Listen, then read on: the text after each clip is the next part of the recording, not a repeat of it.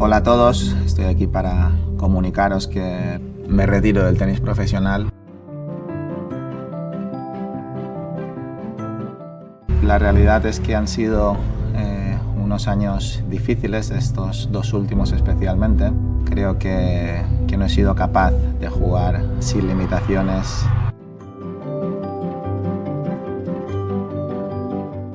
En esta vida pues todo tiene un principio y un final y creo que es el momento adecuado para poner punto y final a lo que ha sido una carrera larga y mucho más exitosa de lo que jamás me hubiera podido imaginar.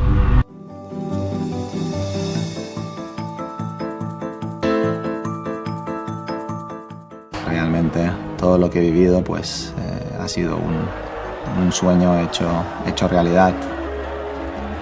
Me voy con la tranquilidad absoluta de haber dado el máximo, de haberme esforzado en todos los sentidos.